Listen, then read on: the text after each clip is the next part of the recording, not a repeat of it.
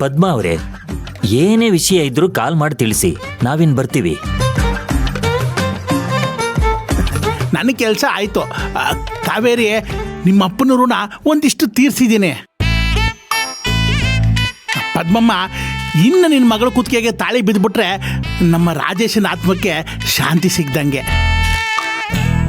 ಅಪ್ಪಂಗಲ್ಲ, ಮೊದಲು ನಿನ್ನ ಆತ್ಮಕ್ಕೆ ಶಾಂತಿ ಸಿಗ್ಬೇಕು ನನ್ನ ಮಗನೇ. ಅಂದಾಗೆ ಪದ್ಮ,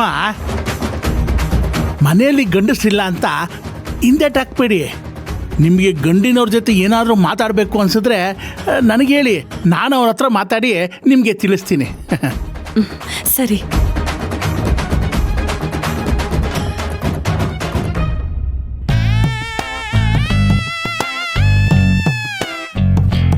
ಏನಪ್ಪ ಆಕಾಶ್, ಹುಡುಗಿ ಇಷ್ಟ ಆದ್ಲು ಅಂತ ಇಲ್ಲೇ ಕೂತ್ಕೊಂಡ್ಬಿಡ್ತೀಯೋ ಹೇಗೆ? ಸ್ವಲ್ಪ ತಡ ಮಾಡಿದ್ರೆ ತಾಳಿನೂ ಇಲ್ಲೇ ಕಟ್ಬಿಡೋ ಆಗಿದ್ದಾನೆ. ನಡೀರಿ ಹೋಗೋಣ.